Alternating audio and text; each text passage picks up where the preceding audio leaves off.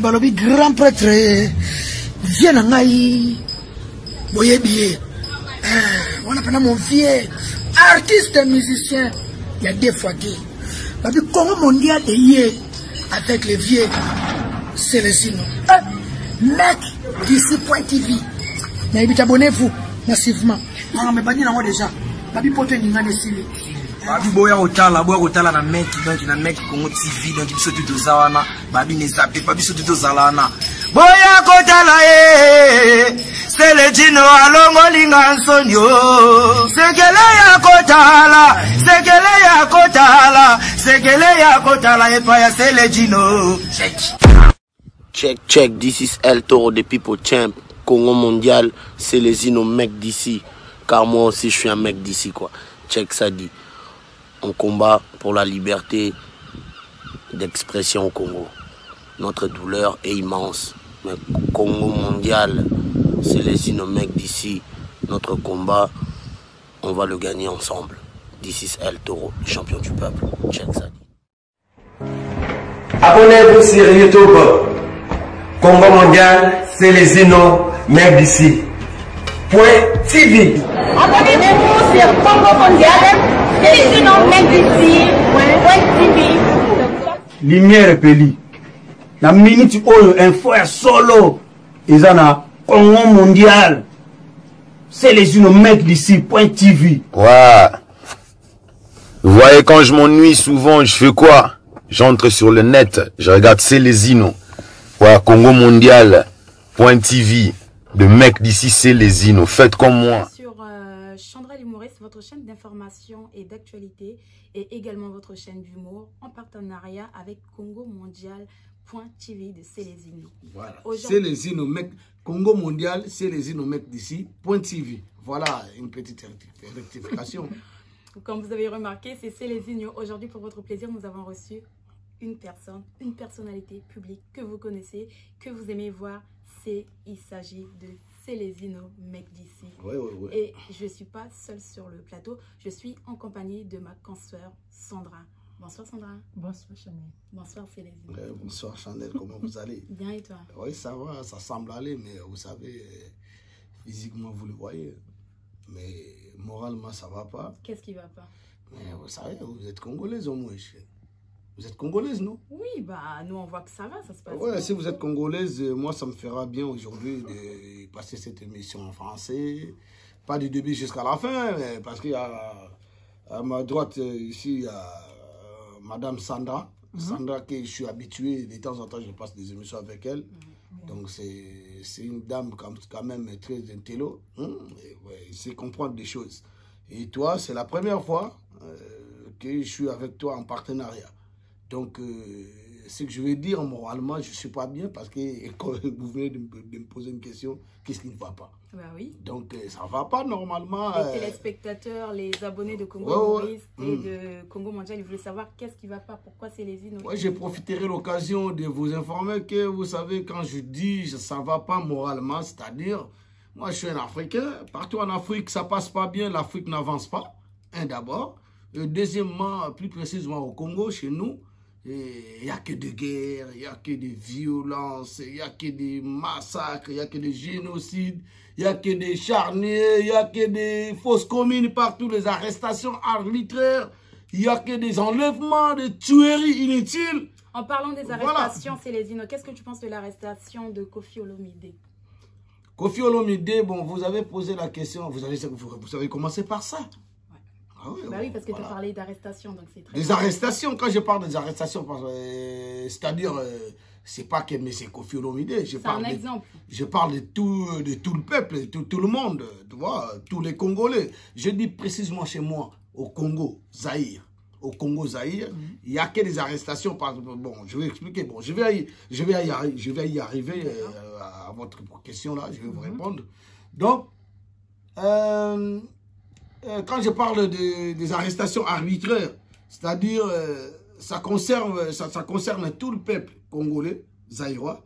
Donc le peuple, quand il sort dehors pour revendiquer quelque chose, pour revendiquer leurs droits, parce qu'ils sont en train de passer une vie vraiment très malheureuse dans l'enfer.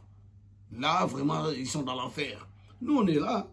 Tu vois, à cette heure-ci, on est en train de passer l'émission. Et vous êtes des jeunes chroniqueurs. Vous avez au moins la liberté d'expression. Oui. Vous vous exprimez. Mais là-bas, ça ne se passe pas. Ils n'ont pas la liberté d'expression. Ils n'ont même pas la liberté totale, comme on dit.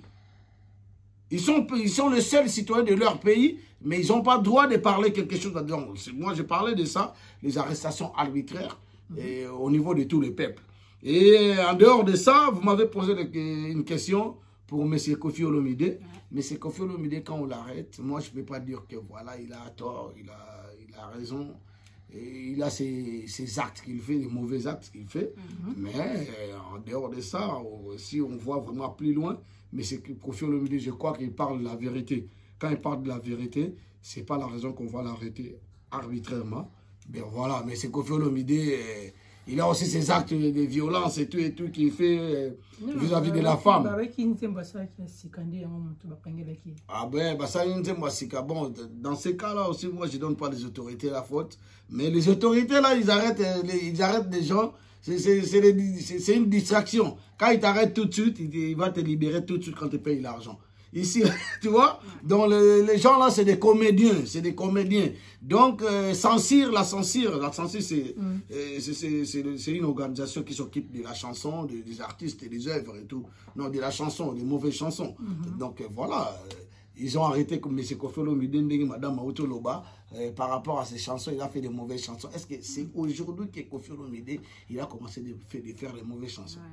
C'est pas aujourd'hui. Et que c'est pas aussi Kofi Olomide lui-même qui fait. Non, mais c'est peut-être qu'avec le nouveau président, le fait que... Quel nouveau président? Peut-être que Fati a changé la... Mais madame, à votre information, je vais vous dire, là vraiment vous êtes en train de me piquer vous êtes en train de me piquer des écouilles. C'est ça qu'on aime, c'est ça que il faut jamais... Non, il n'est pas président. Il n'est pas président, les mecs. Comment ça, c'est les non, attends, écoutez, mais vous m'avez posé une question ou pas? Vous êtes une partisane des Fati, vous? Du tout. Ah, bon. Non, mais c'est juste la vérité. Ben oui, c'est pour ça, je vous dis, je vais vous expliquer, c'est pas un président. Si vous me disiez que c'est un ministre du tourisme, c'est un ministre des Affaires étrangères de M. Kabila, de M. Kanam, ce que vous appelez Kabila, les connards là, c'est lui l'imbécile en question numéro 1. Mais oui, je vous dis la vérité, c'est lui l'imbécile, c'est lui qui est à l'auteur de ce que je viens de vous dire, les tueries, les génocides, tout ce qui est mauvais au Congo. Aujourd'hui, il n'y a pas des écoles, il n'y a pas des hôpitaux, il n'y a pas des universités. L'auteur de ces chaos-là, donc c'est lui qui est l'auteur de tous ces mauvais actes. Donc quand tu dis que M. Fati c'est un Congolais, je sais. Et vous ne comprenez pas beaucoup de choses, madame. Et vous savez, est-ce que, là on est en France, est-ce que M.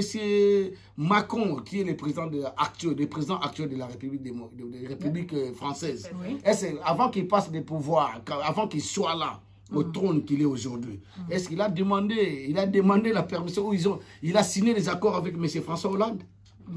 Non. Mais comment vous appelez président? Vous savez, un président, il doit être élu par le peuple démocratiquement. Et il doit être aimable par son peuple. Et il ne va pas diviser le peuple. Et il ne va pas signer les accords pour devenir président. Et il doit être décisif. Mais tu sais qu'il vient en France. Attends. Un président, qu'il vienne en France ou pas, on s'en fout. Donc tu ne seras pas à l'aéroport? Je serai là pour contester. Pour crier, ce n'est pas un président.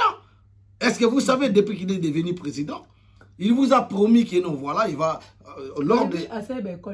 Non, c'est du n'importe quoi. C'est du n'importe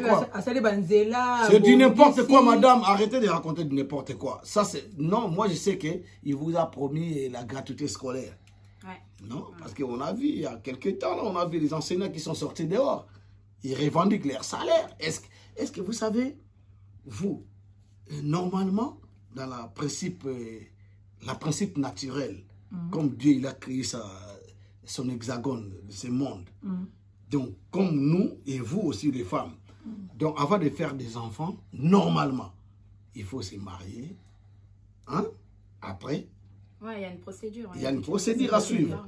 Mais le monsieur en question qui vous appelez président, le monsieur, il vous promet la gratuité scolaire. Est-ce qu'il est au moins dans sa tête, il raisonne, il pense aussi que il y a quand même les enseignants qui vont enseigner les enfants là. Il n'a pas pensé à ça. Donc, il faut d'abord payer les enseignants. Ils sont impayés depuis des décennies. C'est pour ça que tu vois aujourd'hui, un élève il vient de se présenter aux examens d'État, ce que vous appelez bac et tout et tout. Et il n'arrive pas à parler un petit peu de français comme moi, mais quand même, je suis en train de briller là. Donc, c'est les unions. Si on comprend bien, ça veut dire que pour toi, Faty n'est pas président. Il n'est pas président. Là, je vous assure, le peuple congolais, vous allez voir, partout où vous êtes au monde. Dengue, c'est les yeux dans le but, hein. Président Faty n'est pas président. Non, mais il faut la même... Mais attends, si quelqu'un n'est pas président, pourquoi vous appelez président? Oui, mais ça, c'est... Mais il n'est pas président. Il est quelqu'un qui est nommé au poste de la... tu vois, il sait ce qu'il a fait. Il sait ce qu'il a fait parce que... Arrêtez de l'appeler président. Il n'est pas président. Moi, je vous dis, regarde-moi en face, monsieur Faty. Si vous l'appelez monsieur, on doit le respecter. C'est notre humain. C'est notre humain, on va le respecter. Mais il ne faut jamais donner des... je connais un artiste comme ça, il a chanté à l'époque. Il a dit, il a employé un petit, on appelle ça quoi? Il a créé un petit proverbe comme ça. Ce qui nous a béni au président, c'est ça. Mais il va déjà président. Mais c'est pas un président. Un président. Attends, aujourd'hui, je vous donne une petite exemple du dernier. Attends. Toi, tu es un président de la République. Tu vas quelque part, la presse internationale vous pose une question. Est-ce que messieurs, vous êtes président de la République démocratique du Congo? Et le messieurs, à ma surprise, il nous répond non, voilà, on doit poser encore... Non, en Russie. Ouais. En Russie, on doit poser. C'est toi le président de la République démocratique du Congo? Tu vas dire directement c'est toi, c'est moi. Mais qu'est-ce qu'il a répondu? Il y a des films, hein, il y a des images. Hein. Il a répondu non, monsieur. Il a répondu à monsieur Poutine, le président de la Russie. Là. Le président de la Russie lui a posé une question. Est-ce que vous êtes le président de la République démocratique du Congo? Il lui dit oui, on a essayé d'arranger les choses pour conduire le pays nodé avec Kabila. Et toi, tu es un président, tu réponds comme ça. Après, le monsieur, il a dit, ok, je comprends. Et dans cette séance-là, on l'a accueilli, les présidents, ils ont accueilli tous les présidents africains. Ouais. Et chaque président, il passait 45 minutes. À son tour, il a passé 7 minutes. Ouais. 7 minutes parce qu'il a mal répondu. Donc, c'est quelqu'un qui ne réfléchit. Il réfléchit à rien. Il ne tourne pas sa langue avant de réagir. Il réagit à rien. Et il est, je ne sais pas, et je vais vous demander, je vais vous poser des questions aussi après, parce que là, vous me posez des questions, moi aussi je vais vous poser des questions, parce qu'on est en partenariat. Oui, on n'est pas, voilà. Attends, je vais finir. Et il était en Belgique, presse internationale encore une fois. On doit poser une question, messieurs, est-ce que vous êtes allé, il paraît, les ont dit, les rumeurs, ça parle que, et ça se voit, et voilà, toi, tu es une marionnette de M. Kabila. Il a dit non, je ne suis pas sa marionnette, mais c'est mon allié. Est-ce que vous savez au moins l'allié c'est quoi? Bah oui, bien sûr. L'allié c'est quoi? L'allié c'est quelqu'un avec qui tu travailles en collaboration. C'est un associé. C'est un associé. Donc aujourd'hui, si moi j'ai une entreprise, donc je dis Chandel vient et Sandra vient, donc viens, on va travailler ensemble et financièrement, tout économiquement et tout. Donc vous êtes mes alliés. Donc vous êtes des associés. Donc est-ce que vous avez déjà vu, même dans nos maisons? Je sais que toi, Chandel, tu as une maison. Chez toi, tu as tes enfants, non? Tu as tes enfants. Est-ce qu'il y a 2 mamans chez toi? Non, mais en fait, je pense que... Non, réponds-moi. Il y a 2 mamans chez toi? Non. Et toi, Sandra, il y a 2 mamans? Non. Et moi, c'est moi. C'est moi le seul papa. Est-ce que, je ne vais pas dire que non, moi, chez moi, je dirige ma maison avec faille. Avec Faye Teams. Mais ils vont dire que non, il y a quelque chose qui ne va pas. Et il a répondu que non. Et les journalistes là, ils n'ont pas compris. Ils ont dit quoi? Il a dit non, c'est mon allié. On a décidé de diriger le pays ensemble. Donc vous dites. Hein? Donc ce n'est pas un président. Un président doit dire que non, c'est moi le président de la République, le père de la nation, le commandant suprême. C'est moi. C'est moi qui prends les décisions. Et après, il a trop des propos contradictoires. Après, il a dit quoi encore? Il a dit non, voilà, moi, vous savez, moi, c'est moi qui nomme, c'est moi qui révoque. Oh, c'est toi qui nomme, c'est toi. Ok, lui-même, on lui a... Tu sais, dans le gouvernement, il n'est pas président, parce que regardez bien à l'Assemblée, au point de vue ministère, il a que 12 ministères. Un président de la République qui n'est pas major. Qui vous a voté alors? Parce qu'aujourd'hui, c'était un président. Donc, dis-toi bien que tu es un président, tu as été élu. Donc, il y avait beaucoup de peuples qui t'ont voté démocratiquement. Ils t'ont voté, tu avais beaucoup de voix. Bon, aujourd'hui, là, comment toi, tu es un président, tu as beaucoup de voix, et les gens là qui sont partis là, et les malfaiteurs là qui sont partis, ils sont donc, tout le monde est partout dans le monde, dans le pays. Il n'y a personne qui peut les accepter. Mais ils sont majoritaires au Sénat, Parlement, ministère. Dis-moi, bon, il est président par rapport à quoi? D'accord, donc si on comprend bien vraiment l'opinion de Célésino, ça veut dire que, de toute façon, vous le connaissez, c'est Célésino, voilà. Il dit ce qu'il pense, et donc si on comprend bien, pour conclure, pour passer à d'autres sujets, comme on a dit, aujourd'hui, vraiment avec Célésino, nous avons le plaisir de pouvoir discuter sur pas mal de sujets, de pouvoir débattre sur tout, et voilà. Donc pour toi, pour conclure, ça veut dire que pour toi, tu vois quoi? Donc pour toi, c'est Fayulu qui est vraiment le président pour toi, donc tu refuses que ça soit Fatih. C'est Fayulu ou peut-être que tu aurais quelqu'un d'autre? Madame, c'est que je vais vous répondre par là. Moi, normalement, même vous êtes là, depuis que je suis né, je n'ai jamais été fanatique de quelqu'un. Je suis résistant depuis la naissance, depuis ma naissance à moi. Depuis que j'étais bébé, j'étais résistant et je le suis. Donc, je ne suis pas fanatique. Donc, moi, je parle que de la vérité. Tu me demandes de Fayulu. Fayulu, normalement, moi, je le soutiens par rapport. Je ne soutiens pas sa personne. Sa personne, ça ne me concerne pas. Mais je soutiens... je soutiens... Qu'est-ce que je peux expliquer par là? Je soutiens ses... Son idée? Non. Je soutiens son souci. Je soutiens son souci parce que c'était lui qui était le président élu démocratiquement par le peuple. Parce que dans les démarches des peuples, parce que tu vois dans tout le monde, au monde, bon, je vais parler tout simplement au Congo-Zaïre. Au Congo-Zaïre, ils sont les gouvernements là, ils sont toujours là pour bafouer la volonté des peuples. Ils sont toujours ça se passe comme ça. Et c'est pas encore fini. Et vous savez à votre information que le président, le connard, le président Lakanambe, qui vous appelez Kabila. Toi, tu pas peur. Toi, tu insultes comme ça. Mais moi, je m'en fous. Sur OK Kinshasa, ils vont t'arrêter, tu vas mais voir. qui? Moi, je pars pas là-bas. Qu'est-ce que je veux attends, moi, je peux partir. Attends, écoutez, Chandel. Moi, je peux partir chez moi. De chez moi, je suis parti, je suis grandi là, parce que moi, je suis né à Liège. Je suis né en Belgique. Mais j'ai grandi là-bas, moi. J'ai grandi là-bas, j'ai pas peur des gens, j'ai pas peur de quelqu'un qui... Actuellement, c'est les Célésino, tu peux plus mettre les pieds avec... Mais écoutez, actuellement, tu dis actuellement parce que vous savez, au Congo, quand tu parles de la vérité, tu deviens mal poli. Ok, c'est pas ça, la vérité, c'est la vérité. Laisse-nous s'exprimer. Hein? C'est la volonté du peuple. Donc, nous sommes bafoués, nous, les peuples. Vous comprenez? Et en plus de cela...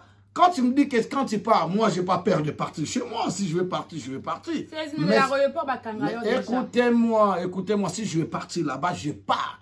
Je pars sans doute. Mais je ne peux pas parce que je fais ma vie. Parce que les gens là, ils ne respectent jamais les êtres humains. Ils vont te tuer tout de suite. Tu vois? Parce que tu parles que la vérité, rien que la vérité. Vous comprenez? Et quand tu me dis que non, Martin Fayulu, vraiment, il était élu par le peuple. Mais... à l'occurrence, qu'est-ce que je peux dire? Il faut que je sois cohérent. Et de l'autre côté, je veux dire que voilà, tous ces hommes politiques-là, ils savent ce qu'ils font. Ils savent. Parce qu'avec Martin Fayulu aussi, j'ai dit, avec tout le respect que je vous dois, le président Martin Fayulu, le président c'est lui le vrai président. Hein. Et résistant. Dans la lumière comme ça, c'est lui le vrai président. Oui, mais il n'est pas président. Dans les sombres, les gens là, ils vont nous mettre les yeux dans les sombres. Qu'il ne soit pas président, mais c'est un président. Donc voilà, qu'est-ce que je veux dire.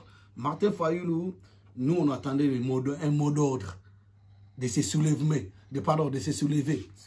Dans le soulèvement populaire, l'article 64, qui est marqué dans dans le livre là qu'on appelle la Constitution. Donc l'article 64, ça nous dit quoi? L'article 64, ça nous dit un groupe des individus qui veut s'attacher au pouvoir, ou il veut briguer les mandats, ou il veut prendre le pouvoir par la force, ça nous demande de se soulever. C'est ça la signification de l'article 64. Vous savez? Mais malheureusement, ils n'utilisent pas la grande livre là, hein? Ce qu'on appelle la lingala beaucoup. Beaucoup Yamibeko. Ils s'en foutent de ça. Vous comprenez? Donc Martin Fayoulou, quelque part, c'est un bon mec pour moi. C'est bon, mais... Et dans l'ère Lamouka, parce que moi aussi, dans Lamouka déjà, je me suis réveillé déjà depuis longtemps. Donc dans l'ère Lamouka, il y a aussi des traîtres. Les gens comme des Moïse Katumbi, les gens comme les connards là, un autre connard, il s'appelle Adolphe Mozitou. Ah ouais. La personne qui a été 5 ans, je crois, 5 ans, le premier ministre de Kanambe. Il voyait quand le peuple est tombé dans leur démarche de la liberté. Il voyait les violences, il voyait Beni est tombé devant lui. Toi, je te connais, tu es une humoriste, non? Est-ce que toi, toi, si on te met aujourd'hui avec Kavana ou Anne Romanov, oui. Toi, bah non, ils ont commencé à longtemps leur carrière. Moi, moi ça fait 3 ans que je fais ma vous savez qu'il y a des humoristes qui sont dans des cités que moi je connais. Ils déambulent toujours, comme je veux dire, comme l'autre, Diaz Elche, tu connais? Non. Tu connais pas Diaz? C'est un gars humoriste. C'est parce qu'il n'est pas trop connu. Ah, voilà, trop connu. Pour être connu, madame, moi je vous assure aujourd'hui, ça sert à rien de discuter pour rien. Moi, je suis dans ce monde. Moi, aujourd'hui, tu me dis que tu es un mec d'ici, tu me connais en tant que mec d'ici. Oui, donc ça veut dire que tu as touché les gris-gris. Tu me connais? Est-ce qu'il y a du monde? Est-ce que moi, je touche des millions? Tu m'as déjà vu dans une grande salle de Paris ici, en train de faire des humoristes comme Kavana, comme des Jamel Debbouze? Mais non, Célestine, je ne suis pas d'accord. Excuse-moi. Mais non, il faut être d'accord. Bon, aujourd'hui, est-ce que toi, on t'a déjà proposé par des producteurs? Non, mais non. Non, je pose une question, réponds-moi. On t'a déjà proposé par des producteurs. Célestine, je ne suis pas d'accord. Non, moi je pose une question, tu me réponds. Madame Sanchandel, on t'a déjà proposé par des producteurs. Non, parce que chaque chose non, je pose une question. Et les jours comme c'est non, les jours où, comme tu ne me crois pas, les jours où on va te proposer par un producteur, c'est les jours là qu'on va te... Moi, je parle devant la télé. Et les producteurs là, ils nous voient. Et les jours qu'on va te proposer, c'est les jours qu'on va te proposer. Ok? Donc, si on ne t'a pas encore proposé, c'est les jours où on va te contacter, les jours où on va te proposer. Toi, tu crois que moi, mec d'ici, pour faire des millions de vies, je joue dans des grandes salles. Parce que moi, la différence, c'est quoi? Moi, je suis un artiste humoriste, je suis un artiste chanteur, tu vois la qualité que j'ai. Donc, si aujourd'hui, si j'accepte sacrifier ma vie, si j'accepte sacrifier ma famille, si j'accepte sacrifier les innocents qui sont dans la rue, aujourd'hui, je peux être, je sais pas, je peux être une personne de ouf. Tu vois ce que je veux dire? Mais il faut pas discuter pour rien. Ok? Moi, je connais les gens qui étaient, je connais les gens qui étaient rien du tout. Ils étaient par terre. Je n'ai pas cité les noms. Ils se connaissent entre eux. S'ils nous regardent comme ça, ils savent. Ils savent, c'est les gens qui étaient en train de parler de quoi? Ils savent. Ils étaient comme moi ici, là. Comme nous, on débrouille la vie. Moi, je travaille. Je suis un simple électricien. Je suis un simple chef cuisinier. Tu vois? Je gagne avec ces petits pains-là que je gagne. Je m'organise dans ma vie.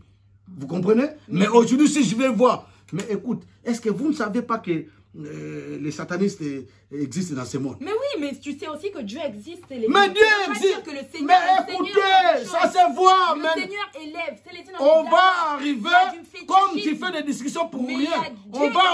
On va arriver, vous allez me poser les questions de Matou Samuel. Vas-y, comme tu veux. Voilà. Allez. Voilà, tu vois, on est tous intéressés. Moi, je suis dans une émission. Nous, on matin.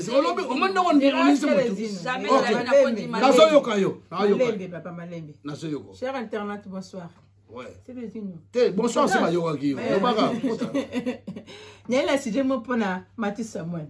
Mathieu Samuel, c'est Akoufeli, moi, ce soir, émission tous les soirs. Moi, c'est le bosso, il dit Akoufeli, Yewana. Voilà quand c'est moi. Troisième. Bon, oyebi ke bon siko na lobana na linga. Est-ce que boyebi ke bandeko na ngai ndeto vandi awa? Hein? Ndeto vandi awa. Je crois que biso tout okufe la bato. Biso tout okufe la bato. Vous comprenez? Mais kokufe la mutu tam so WhatsApp na intime na yo. Omoni ngande to vandi. Ngalo vient na binunga seresi na ko. Ah mec biso kufi yo changer les soucis, rôle la comprendre. Boyebinga. Après 2 jours 3 jours sous sexy. Ndenge mo na yo. Ndenge mo pe na faille. Comprendre? Donc parce que faille à regretter parce que tu travailles tout ça bambon on a biso mo na pena ah masa nanga kufi. Vous comprenez? Ba tuto est là ba. Mais kokufe la o babenga ke babenga intimité. C'est-à-dire ta moitié. Vous comprenez la moitié na yo. Ta moitié. Vous comprenez? Et puis ça mbala monter 3 fois. Non mais c'est la volonté du Seigneur. Sikoyo. Maman. C'est les bazoloba. On va battre ça va bien boma. C'est les maman. On va question na yo. Okufeli 3 basi na mbala moko. Maman ngai. Toi ya liboso pena to bakundi. Ya mibale. To bakundi ya misat. To. Webi lelo tano zo biso bakisi komi trop. Vous comprenez? Même pas ba ministère. Tout ça mato Samuel na pas. Tout ça ba ministère on n'a pas. Même na Kishasa mona mutu mwa kenda ta classe te. Awa le foot ba classe était pesa ba le foot na ngwa. Omona mutake ba classe na ye ba ni ba sala ba formation na ye bu lu bezo zo ba la na ye. Mais kune komata mutu akenda classe te moi j'ai des épreuves. Mutu akenda classe te donc o ba benga bourrique de la première catégorie simple. Un bourrique donc de la première catégorie. Akenda classe te donc moi n'a pas combien d'administrateurs na Zando. Guy Michaud, oh bah longtemps là. Ayebo comme attaque qui combo là avec Guy Michaud. A comme administrateur. Mais est-ce que dans ces pays, vous avez motu moko bateau batangi économie, bazate, hein? Bateau batangi budget, batangi cours budget, bazate. Mais motu la boutique on a beau temps attaque comme attaque chiffre inté. Bon yeb sanga, comment il va gérer grand marché de monde? On gère on est tozongi. Bon Matou Samuel. Matou Samuel. Ti Matou Samuel. Asa frère. So to benga frère ndenge pe no bengo sœur na ngai Sandel to benga. So ba kisan Christ. Te so ba kisan Christ chanteur religieuse longo lango. Ba okobeta mafimu wa Nzambe. Parce que yo to ndi Nzambe. Okokondi ba satana te. Donc ada satana. Ada satana numéro 1 Matou Samuel yo. Oza satana ndoki. Ada ndoki no mona yona. Ada ndoki parce que o etangami na ndenga Nzambe. Biso dans la Congo to ba polygamie. Vous comprenez? La polygamie est défendue au Congo. Surtout ça, c'est pas bien. D'après moi. Il n'était pas polygame. Il avait des maîtresses. Mais c'est la polygamie, madame. Mais quand on a maîtresse ces années. Aux gens fidèles, moi, c'est aux infidélité. Mais c'est les c'est très courant. C'est très courant. T'es natouni, hein? Aux autres trompés bien, la culture africaine, même en France. La culture africaine. Et même en France, il y a pas de. Bon, voilà, comme tu dis, il n'y a pas de maîtresse. Voilà, tu as na beaucoup nzambe na règle nzambe.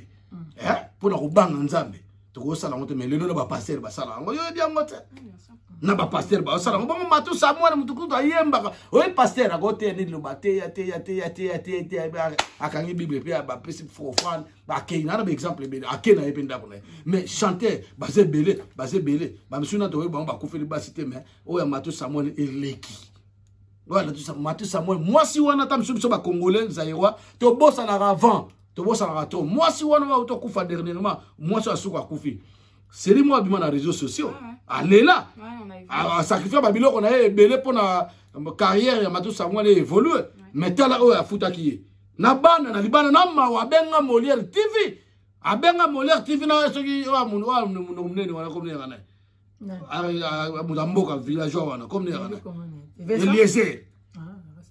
Eliezer nani comme nani o do Vincent Diluis ye na ebiete ba bezo ba nga ba monte ba siko comprendre siko ngalo ba vérité na o moni nga so yo Chandel na lingote na yo na linga yo ti sans effet pardon te si yo Chandel so na lingote na yo na linga yo ti exactement bata mana sima bato na ça non o monde bo ba petite sœur na ndebo za na bino tout na ba ona linga na pe na ba ona linga ti Na obimisa liste Migolo. Et sur la photo salam. Donc na obimisa liste na obimisa ba journal. Ba chroniqueur nyonso ki na basi. Ba chroniqueur tout ba sola bien na vie na bango c'est les îles au maire d'ici. Boyebi non nyonso tout buto vandinga na 4 botu na ba question. Botu na ba question. Oh ka bo mona yete. Ye ba bolinga yete. Ye mo ka yete pour wa yete. Pourquoi donc Matou Samuel n'a pas Matou Samuel Sandra n'a pas tout na question mais Matou Samuel a noki ya monene a noki ya blague écoute parce que banda bazo accuser pe yem dalia ka base na yeba bo si boyo ka so alobetelo ya ne mona Félix Tshisekedi ba ko sa avion na ya avec quoi tilelo ata hommage à Pamba Dobate. Peut-être qu'il a pris son silence parce qu'on dit qu'on reprend les imbéciles par le silence et vu que c'est une personnalité publique, il préfère ne pas s'exprimer. Et après, on répond quoi? On reprend les imbéciles par un coup de silence. Ah, donc Moutakufi, donc yon net yon de Zabongo, ta moitié, hein, à Koufi, moitié de la Koufi. Donc yo Chandel, yo la clarté, pardon, excusez-moi, Chandel, yo la clarté, donc tu ne vas pas t'exprimer. Donc Rosala Koute t'es étalioté, c'est ça? C'est ça. Donc c'est ça, on répond les imbéciles par les. Non, mais les gens ils ont dit qu'elle est morte par crise cardiaque parce qu'elle avait un peu plus de graisse. Donc bon voilà, donc madame Moana a na suscité. Madame Moana, il y a des chandelles donc yo madame Moana voilà yo maman. Donc chandelle à lobby, madame Moana a suscité.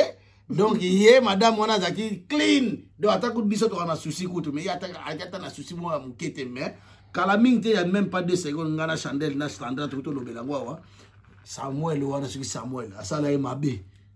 Asala est ma bé, tout le monde a un réseaux sociaux. Bon, le religieux, Grèce ou Wapi. Grèce ou Wapi. Tu es suspect, Bomaka. Hein? Tam super allié, na bandinga, suppose Satan a côté na bandinga et tout. Aujourd'hui, tu vois, on a biso bien. Au moins, tu sais que les camo, tu sois na biso na big. Yo, chandelle, yo, au coup, faisait là. Au moins, Satan a ça, à côté. Donc, tout ça, moi, là, Satan, on a le bani, maman. Ngana lobe parce que ndenge zana ndenge bato balobela ki babio akosi masuba kisine super matalisus la puissance n'est mata ben oui parce que yo éviter na kati na spiritualité et yalaka c'est ba monde na bango wana ba incarnation na bango ba sala wana comprendre ezala nini na ba puissance ba ben astral ancestral des trucs comme ça. Je sais pas, je suis pas un sorcier, moi. Je suis pas un Illuminati, moi. Donc voilà, des gens là, quand ils font des trucs, à chaque fois, bah ça n'a pas de délai. Bah c'est délai. Bon, ça n'a pas de délai. Parce que boyo qui que monsieur Kofolo Mida Outaro Lobango, na Congo homme de Diazate. Pour monsieur Kofolo Mida Barba yemo pas na kisi. Ya bakasi. Et toi, t'en penses quoi? Yo quand ça dans la kisi. Mais nous sommes musiciens dans notre domaine, sur Simbiki, sur Oduma, rien. Si on a le temps, est-ce que j'en ai Fabrigaz? Puis tu en as Fabrigaz. Fabrigaz a l'écrit Serge Mabiala à la succès. Oui, Serge Mabiala. C'est un chanteur comme ça. Mais Serge Mabiala a un danger. Est-ce que Fabrigaz a côté le manaï? Et quoi, c'est la don, c'est les îles. Il faut croire qu'on a don. Oui, bidon. Oui, bidon sur les années. Yo, il y a bidon sur les années. Don, ils ont fois. Mais aujourd'hui, je vais t'expliquer les dons. Il a talent. Don, il a talent. No, yo, lobby. Donc, avant que tu sois joueur, n'est-ce pas Messi? N'est-ce pas Antoine Griezmann, n'est-ce pas il s'appelle comment Mbappé. Donc Mbappé a Timbaki ici.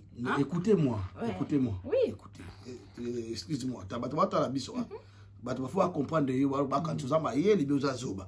Tant que tu comprends monsieur tu vas expliquer yo. Chandel on a zoba boy. Donc Mbappé, lingaba lingoza mayele. Explication. Batwana nyoso. Bazaki de na talent na bango yo bengi don zamba pesa.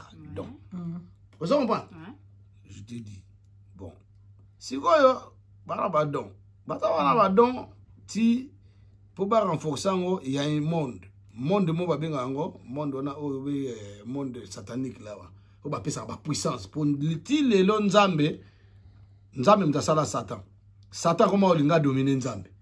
A comment on va partisan naï. On va appeler ça la puissance dans le côté, mais il y a appeler ça la délai.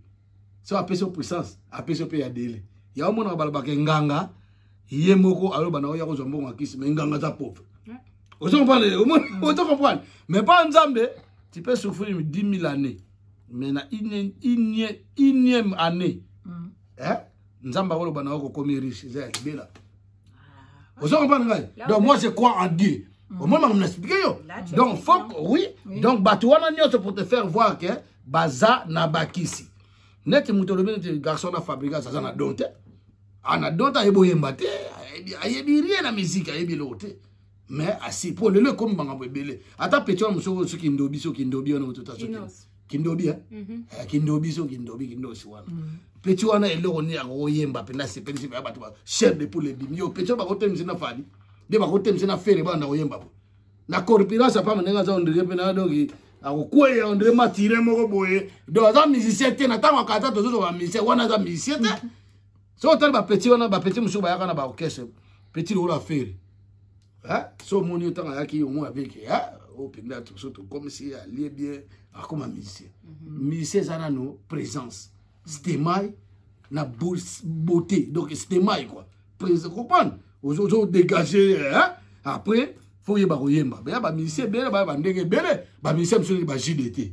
JDT au moins tala boga, ta suke bele. Mais tiaka ba na koyemba. Mukinza ko tout bien.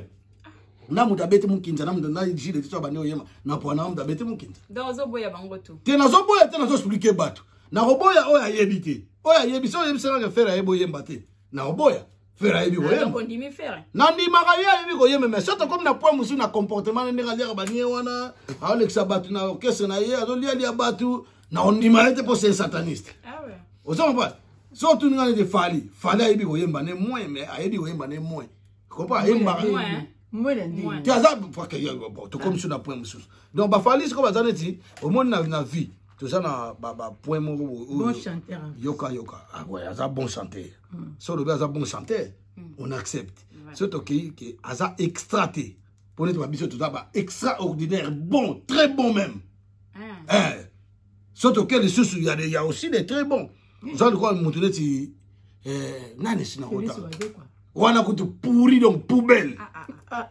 wana poubelle ya osakana te so botie tembe émission quoi le kanga point wana kanga bien kanga point wana Félix Ozie quoi wana azali aki témoin de Jéhovah webi aki témoin de Jéhovah auto lia aki témoin botu na yebi botu ba chroniqueur mo comme so yebo ke luka comprends faut pas que ne luka azali poubelle donc yena nie madame na zo nie pe ya mbona zuna ngai mais yete ayebi ko yemba te donc qu'est-ce que comprendre ayebi non la zolo bana finga yete na zolo po ba benga na muto mso akufaka ndo beta guitare nani Lutumba collabo na muta za grand Lutumba pe boyi oui za grand compositeur na roboya été grand artiste aza grand artiste na ondimaye papa wana ninga kufa na obenge papa parce que za na ba il faut le respecter molimo question na me réponse à paix mais tango apesa guitare na ye et pas kanambe o aza rwandais bato bazo bomba biso et place na banga ya ngona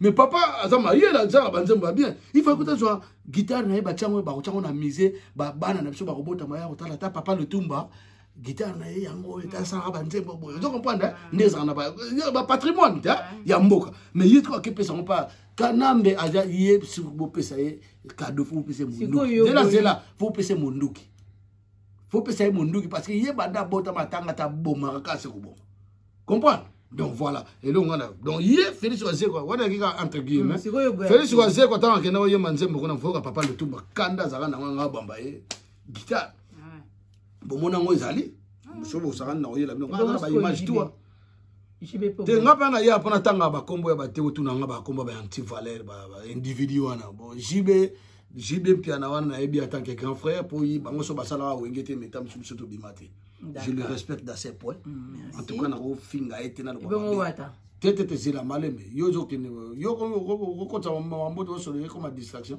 distraction te yo comme ça distraction parce que écoutez et moi il ko tuna nga ebongo banani na ebongo na nini kotika te mais na ebisi ok olingino bangote na baza banti valeur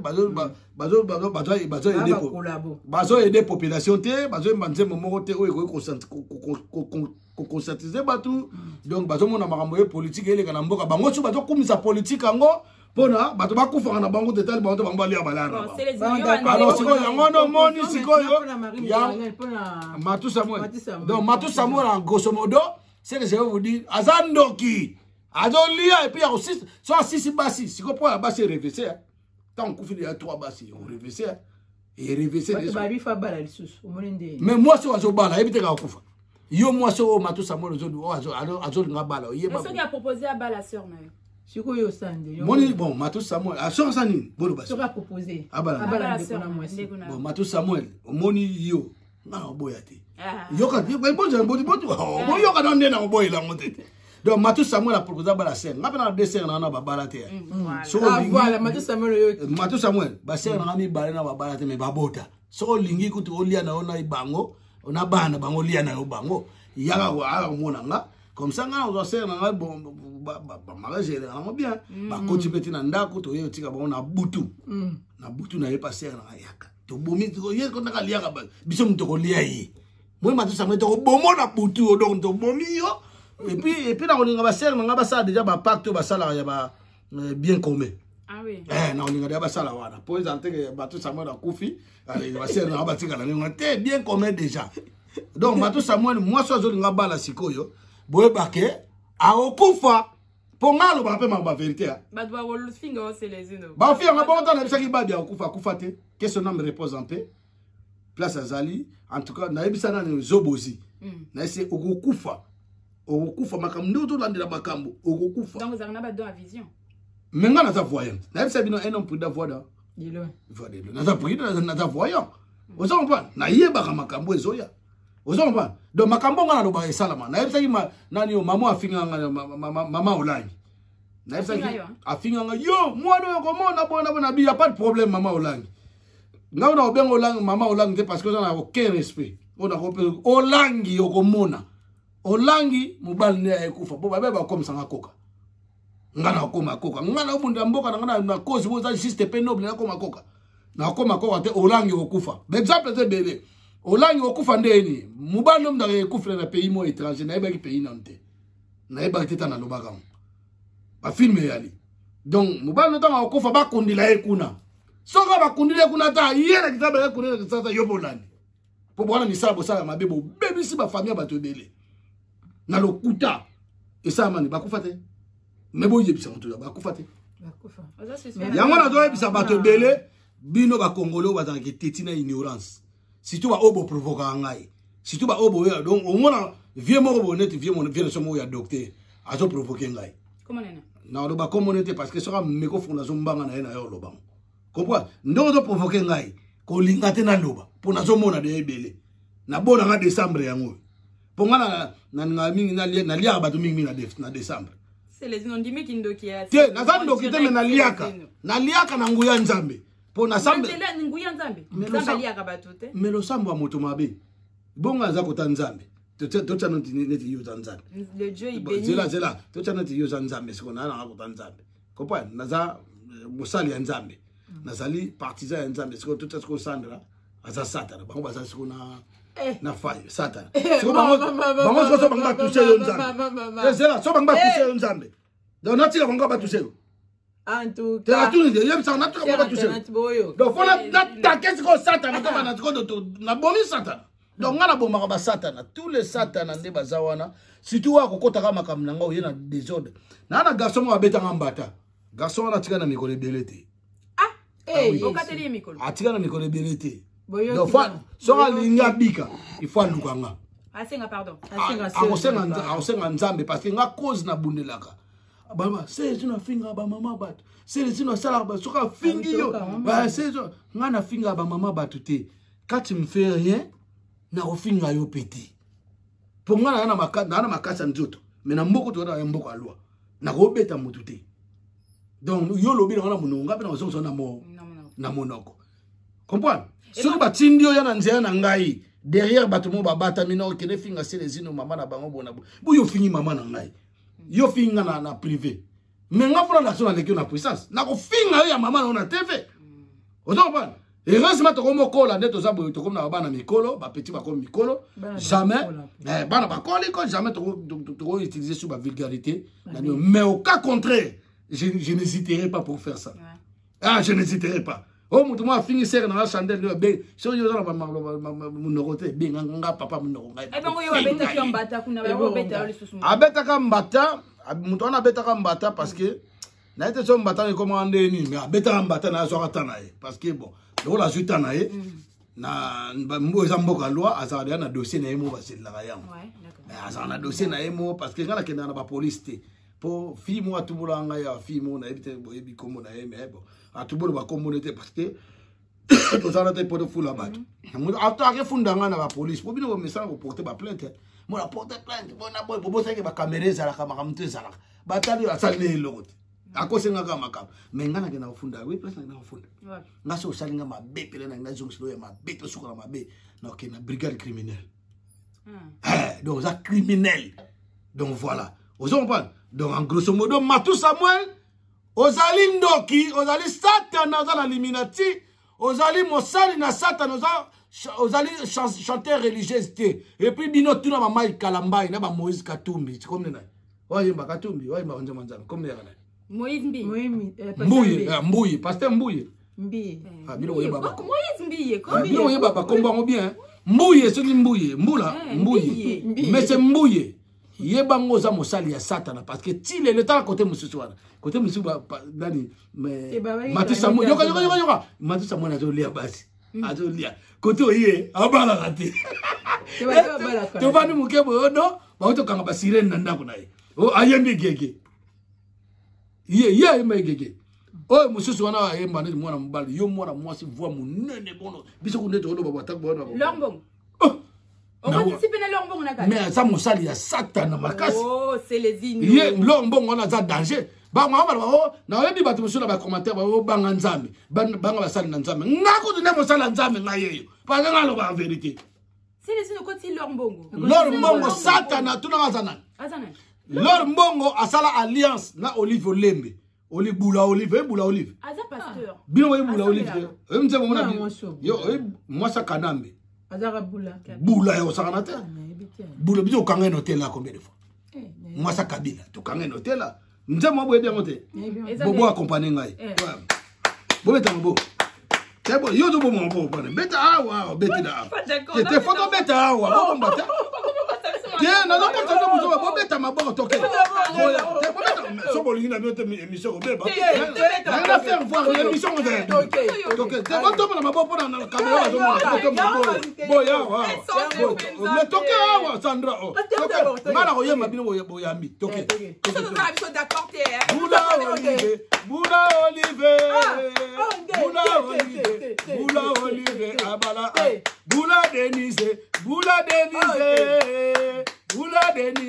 Bula Denise, abala Chilombo y assassin. Comprends? Banzembo wana. Yangoa yemba te. Dieu m'suzu. Chilo bon, il y a bien ce qu'on a sauté. Au plateau beta mabo poza nzambe. Yemba. Eza bien. Na onko sa binote bandeko na ndako binote. Bandeko ba hotala so ndako ba beta mabo toke. Biso foto la sabango to exemple ba bo na beta mabo. Mais on a so ba tokende kasi tokende 1 2 3 4 Oh, yo tu vas boire point. Chalo chawa. Yemba te ngani ngo chawa ya te yo bata na. Chaka ka tokei. Toke ne moni nzembo oyo. Nzembo ni. Chilombo soba tala makambo saliye. Chilombo mabundi tala makambo sali. Nzembo wana.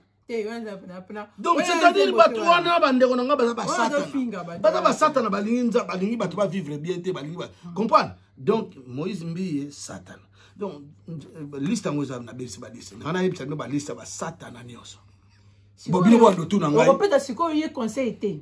Te conseil yo pesa Satan na conseil Satan na odia yo. Satan na pesa conseil. Diable que surtout tu vas conseiller diable. Arrepentir. Bobo ba no yebisa ngai. Arrepentir. Botanga ba kombo no sabato nyonso ba yebani ya Congo. Bino nde bozabo. Bino mbale botanga. Politique ou chanteur peu importe. Politique peu importe botanga ba kombo nyonso ngana nous sommes nous réponse. Satana ou bien mwana nzambe. Et Mekano. Diable. José Nzita. Diable en personne. Esther Akara. Je connais pas, mais je sais pas. Sandra. Sandra Oyayo. Sandra Mbouyi. Non, en tout cas, je sais pas. Je fais. Je sais pas. Toké n'a rapide. Frère Patrice. Satana. Diable en question. c'est le personne. président de... Diable, dans le diable, ok. Michel Chabani. Je ne connais pas vraiment. Mike Kalambay. Diable, Noki. Nako finir ma diable, comprends diable. Diable. OK. Pasteur Marcelo. Diable. Aventurier, diable. Vous passez continue. Non. Moi na nzambe. Amen. Sinon moi na C'est ça qui m'a nzambe. étonné. Amen. Mais oui. Coutinho dans moi. Coutinho dans moi na nzambe, oui Coutinho pourquoi? Coutinho ba commissaire handicapé.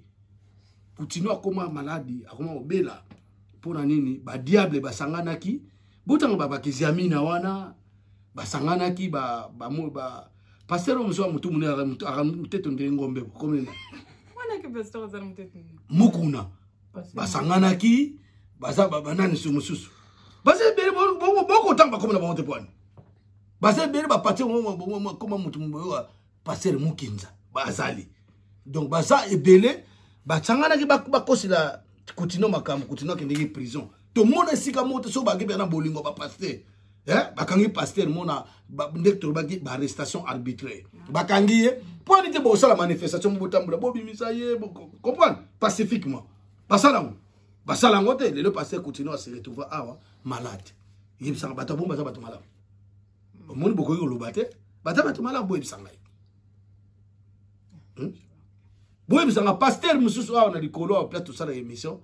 Babe un apôtre yo fona lo bamakam na yo bazana diarke moko su diarke wana mutasala na mukana na yebika ba difficulté na poto bandeko bazo na poto difficulté mutasala na mukana na mbongo zo na compte na mais yo za mutu nzambe soit exemplaire zo mbongo wana to kolonga ndambu ya impôt pesa moninga pichu ankana mona lobi sijango na lobi ngo pona avant to kindukanga pasteur wana abokanga ye to kanga ye biso to ba combattant résistant Mikolo opération il faut que tu aies l'église nyonso ko benga na bapo to no benga na batu to faut sambela na ndako parce que ntambi basambela partout. Donc vous commentez ngo bini ko mitina ba l'église. Bon bana kaloye barate. Oui, exact pour na lo bien biso to discutato to bundela la politique to bundela occupation na ba pasteur bazali basani ba bongoli bango na kati occupation. Tala moto dokola moto ba benga kiangana ba komona e bolobi parce que bana ba ndisa moto nani grâce mbizi yo na ebiti ya yo ndo ta so yeso ba boya finga yo nani abochi boya finga batu nga usa finga lemba menga na lemba ete ko ba konika ba boche belé mais c'est lui qui se sent que connaît l'affaire so que pena mwana na yo penda ana mukila te na mato ilola ngulu te na ba o ba be ngone o yabo na mine ina c'est moi là on a jamais mon tête faut fongola l'accès est biso beto l'accès bana biso ngapi ngapi na mo teme la gali kamuka chroniqueuse na bochi te ba boti ba na lobi de ba chroniqueuse ba boti ebele kasi c'est malade mais c'est lui mais oui faut ba bota bon ba boti bekela mu ya papa la biso nzambe voilà faut que c'est lui qui se sent piqué bon c'est lui qui se sent piqué connaît l'affaire ouais non c'est ba effet ya kisata donc ezwa kisi landa batu bala bakisa mbongo osala kindumba na bango bona suka na so boti ko ngolo bio boti mbwa oke mwana pina boti na mwana ba docteur ba tadi mwana bimi mwana ifa lela inga ende mwana leliwo mwana lela mwana oza mso mwana na na hôpital ba panzana bandeko vikoyo ba chroniqueur bino omoni bino ndeko sabo ba vrai chroniqueuse ta ba question ba vrai chroniqueuse ba question boyo tuna ngeza pena ba question mo capital ta ko mboko tuna suti bo suki donc siko ta ba ko te parce que ba chroniqueuse mususu ko le komo yo kaka o nani oyo soki kanani soki kanduri karinu a répondre nani oyo o Pikachu soki lekenchu o soki nani oyo mobiki sa fingi nani oyo tele me mboko yo bato yo me butona na boloko zanga tina ndengwa bona na mama na bino mama mboko na bino ndem de kosala bino boke ndenga na ndimi bino lelo le ba mona bana ba talent do ba na ba don et là on est to sala bon po ba kre banzela mabete pour orienter bango c'est ça lobby bien voilà donc on a évité ce voir ba question monsieur Bon, en tout cas, vraiment, merci Céline d'avoir répondu à nos questions. Merci. Je crois que les a première fois, deuxième fois, il y a Souka pété. On va se retrouver encore de temps en temps. Il faut que vous question pour venir comprendre. Tu as un souci, à votre information, c'est la prochaine fois. Pourquoi Batumbi Jean-Pierre Bemba, siège na bango ya MLC, Batumbi pour faire voir nos raisons. Donc voilà, moi j'ai pas. Aussi ça. Ouais. Matou Samuel conseil na opesa il faut mettre la poison à Koufa. Donc soit on met la poison, tu biso on a acide moi on a peut ba acide sulfurique. Donc moi je vais les envoyer pas vient sur moi dans la frette Dadou comme le Dadi. Dadi a kotiango bina wambala ngo très bien. Matou Samuel long on a biso mi koufla na yo. Mi koufla parce que ça première moi ça bagi fa que porter plainte. Plainte ça na ngelo te plainte na Congo plainte ya na ngote. Plainte ba OK porter et ça la 5 jours. Et les signes na ba Matou Samuel apesa ba mbongo. Kuna ata yo bomi moto so moni yo so bomi neti ngasi ezino so na bomi moto so ndi na yeba ina ngai na ba yo sele ezino so bomi moto au moins ata je veux que nous présenter ba kimisi yo bimi na comprendre donc plainte ça sert à rien bino ba famille Matou Samuel tes famille à moi si wana ba famille à moi si conseil na pesa no fo bo bomaye bo luka ba kuluna azoli ka bobeti machete moni awa robika te et pas faire la violence faut pas reprendre oh yo bomi moto grave violence ngala moto mosala nzambe te mosala satana faut ba bomaye donc faut ba luka pe ba ninga ne ba satana susu moko pinazo okata ye biloko na biso ba mibala mibali comprendre ayi ba kati yango pinda neti hamburger ba jonga ko ma shawarma comprendre donc faut ba kata ye ba tino so mabe et l'autre osala photo bomaka ba ona monduki tona de chef pa bi na bible écoute comment c'est lui qui tue à l'épée. Ouais, non, mais non. Non, c'est lui qui tue à l'épée. Le sambo ya motomabe et puis ça nzambe ka kanda. Oyoki. Donc batu wana tu faut ba kufa. Batu tu ba do pratiquer kisi na ba musicien. Na ba o noto zo mona ba politicien ba to armé ba pasteur. Il faut beaucoup fa. Il faut beaucoup fa ngana de beaucoup fa. Ngapa na mutu na okufa. Ngana ali bendete nzambe tata na likolo tata na ngai tata yo bi tata na yo bi tata bino boyebi tata na yo yo zandoki dokité do lo zandoki to côté Matou Samuel poil de côté là c'est comme ça bandoki bino dos bon en tout cas bah très bientôt donc ngana na bibo était chandelle ça va couper je sais que ça va couper mais le conseil est gratuit en tout cas molimo ya Matou Samuel na profiter mais que son âme repose en paix bien avant merci. Donc, mon écoute, en pété, on a profité, on a pété, mais il faut qu'il y ait des côtés, on a pas au coup. Bobeta, on a pété, on a 1 mois au coup. Mais Bobeta, on a pété, on a 1 mois. 1 mois, Matou Samuel a au coup. Ma famille, ma famille, on l'a dit. Maman, on a pété, on a coup, bongo. Na yete so na famille so na famille te menga na bete na place na bino. Landaye place no store ozala. Landaye na lakeli landaye. Donc des abo ingeta ba combattant nyoso chuto okwe na mboka wana batakubonga bazebiri batu omoni mwa za mutu munene ti manda chanto bien tala mutu munene ndiri brique pe ya pa te ya briquine ya rouge ba bouton partout donc ndoki munene abandi ko mela diamba na kimukolo est-ce que wana za mutu. En tout cas, merci beaucoup. Céline, on a fait beaucoup de batterie. Juste quelques questions par rapport à toi. Du coup, on va revenir un peu à toi. Alors, Céline, du coup, tu chantes plus. Ozo beta musique, parce que tu as ma camarade, tu as ma missoussou, tu as parce que nous, on ne te voit plus, mec. Tu as un combattant, au sein de la combattant, artiste engagé. Donc, raconte-nous, qu'est-ce que c'est? Qu'est-ce que c'est? Être artiste engagé, donc un artiste qui chante en faveur du peuple. Non, l'artiste, écoutez-moi. Écoute, mais je vous explique.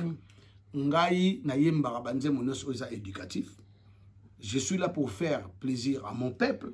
Je suis là pour nazar kisimo babenga anti-stress. Aux hommes donc ne nazar boye ngai oza boîte na fongoli parce que boye bili boulou manzenge. Ezaki boîte nanga j'ai fait ça 14 ans. Ezaki boîte nanga na vient ngai Zet Makiadi. Donc osko za boîte nanga na fongoli na Courneuve. Quand tu adresses ça, on a besoin de mon ango. Donc, vous avez les choses dans les boules manzengelete. Les boules manzengelete, à ton information, et Koufakala. Et c'est si là, Maramboa, ce qu'on boit à Sika. Donc, invitation, et au fond, on va vendredi les premiers. Vendredi les premiers au cacao. Ils font vendredi, donc, Batutu Boya. et puis ils ont chaque ils font moi et puis ils ont anniversaire en même temps. Oui, on sera là. Ouais, vous serez là. Anniversaire à la date parce que nous font les locaux. D'accord. Donc boya ebele. D'accord, ici on sala kande baninga ndo basala ne to mona be mail ya babeta kawa. Banane sur babeta ba yebsa. Ba DJ 4x4 Suzuki Susunani komba moto wana. Ah, Suzuki na ebi wa mukusa mukie. Yeti. Suzuki ne babeta kana ni sus. Na Emilia. Emilia na ebi c'est un bon artiste. Na ebi quand de babeta na poto parce que ba orchestre ya kisa c'est beta kawati. Donc o babeta parce que ce sont des responsables ba kenda misala. Mon invitation à moi. L'invitation c'est 14 rue Georges Polizère. Ouais, 14 rue 93 120 à la Courneuve. À la Courneuve. Donc venez nombreux chaque vendredi, samedi, dimanche. On est là, ma boîte, comme on a bobo brutalité. VIP invitation, c'est quoi? C'est les innommés. Comme on a Suprême, en français. Mais dans l'ingala, la Suprême, il a dit Bokoto. Bokoto, Bakoyanga Noa. Comme ma boîte, on a Bokoto, Bakoyanga Noa. Donc, Mikolo, on a une promotion, on a oh, ne soyez bien linga, c'est les gens qui bien pour le peuple, bien pour invité Binoboya. Ils ont fait ils ont fait même le week-end des agrafes. On fait le gratuit. Donc, il y a un moment où ils ont invitation à quand c'est bon moni. On m'a dit comme malamu na ngai. Donc batutu ba yoti notre droit d'entrée. 10 € avec droit d'entrée. Ngala bi ofele. Ofele yo koti na yo. Ofele. Donc tous les jours de la caca tous les vendredis. Non, tous les vendredis. Pour l'instant, tous les vendredis, samedi, dimanche. OK, donc tous les week-ends. Donc tous les week-ends. Vendredi na samedi peut tout ça. Du vendredi au dimanche. J'invite aussi tous les musiciens à Yemba avant dans la Kwemo ou Betara les soutiens Yaka. Pour aussi ça nous ma musique voilà pour toi qui sous bon le bon après Fali tant to bandi makamna ote o beta wate pour Betara te donc ba musicien ba Betara ba koki ba guitare na bango na o yabino et ça on rendenge mo yabino sa spécialité. Te ba Betara te parce que bango ba doit entêter ba glorifier ba to bon bande on a biso. Donc, on a quand on a mis en lobaté, je vous invite tous ce vendredi 1er août à la Courneuve. Donc, on va à 19h à Tongo. On va à 19h à Tongo, en tout cas. Boya et Belé. Nakanisi. Biso ba mami lela na biso bango ye. Mami lela bango ye ba diamant noir. Gisèle diamant noir. Tu vas ba nanou diamant noir. Bazé Belé donc. Na habité musu na ko ba Barita Kimanga. Barita Kimanga nani suboye binani Gisèle Oumba. Gisèle Oumba diamant noir quoi. Donc nanou diamant noir. Bangonde na la oh Sandra, bana le monde entier. Tant la zone ba boye ba oh Chandel, humoriste en plus. C'est un artiste aussi. Donc voilà. Basé Belé ba oh bon monde attend ba kombo na binoté, bon luka ngapi na tanga ba kombo na parce que. Et dit nos images, tenga zo bana na bana basi parce que dit nos images ce sont des valeurs. Bata ba valeur, il y a le kosoté pour parce que tout le monde peut ba venir na monsieur Belé mon attend so ala na suki si na muto akoma kovo. Oui, vie moko bozo mona ba ineti la chroniqueur. Donc les lieux de la presse n'a pas si nombre de place bozali, boya et Belé. Donc voilà. Oh, merci beaucoup. Donc, on a mis le bateau. On a été souvent la question souka. Donc, on a la question on a le baquet. On a bête la musique. Mais musique, on a bête la modération parce que liboso, il faut tout le temps que non misala. Na mon garçon comme le bobo. Le bobo a toujours baquet bateau baquet misala, bateau basiliki. Comprends? Si on lui montre ça la té, il ça le bobo dans ça na té. Mais le bobo ne m'a besoin ça là, autant à combo bateau. Le baga en général bateau tout baquet misala. Mais pourquoi le bobo n'a invité au Congo mondial au expliquer bateau pour na nini autant ba kombo bateau non so mutanga sa ba cop na tika ba cop na et so akebolo akena yo te akene ye moko alors opération 0 fainéant moi aussi je suis d'accord avec ça 0 fainéant mais il faut que tu sois exemplaire toi-même. Très bien. Merci. En tout cas, vraiment, merci beaucoup, Céline. C'est rien, de rien. En tout cas, la monnaie à la prochaine. La prochaine, c'est bon, t'as si que na pesa na boye. D'accord. Na PCP boye. Alors, c'est quoi, bisous nous tout ça. Ingeta. Tchako. Ingeta na. Oh, mais yoli, keba yo ba kan là on a Je sais pas ce que ça veut dire. Non, ça bon, n'a expliqué yo. Et là nous sommes battés. Les animaux na monoko na kitona kikongo. Bonjour to petit langue du Eh, yo da bonjour tu es naturalisé na français té. Ouais, français té. Donc Ingeta. Ah, merci. Au revoir. À la prochaine. Abonnez-vous massivement sur Congo Mondial, c'est les Inomec d'ici. Abonnez-vous massivement. Et puis sur Congo et Dino Image. Abonnez-vous massivement sur Africa Future. Il y a un papi Mangounda. Et mais on voit qu'il y a un bien. Mais Nalobi Chandrel.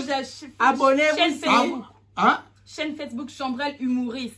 Donc, abonnez-vous massivement sur chaîne Facebook Chandrel. YouTube. Chaîne YouTube. Abonnez-vous massivement. On est à lobby sur chaîne YouTube Chandrel.tv. Donc, humoriste. Donc, il y a Ebele, tout le monde a biso. Donc, on a mis un temps. Donc,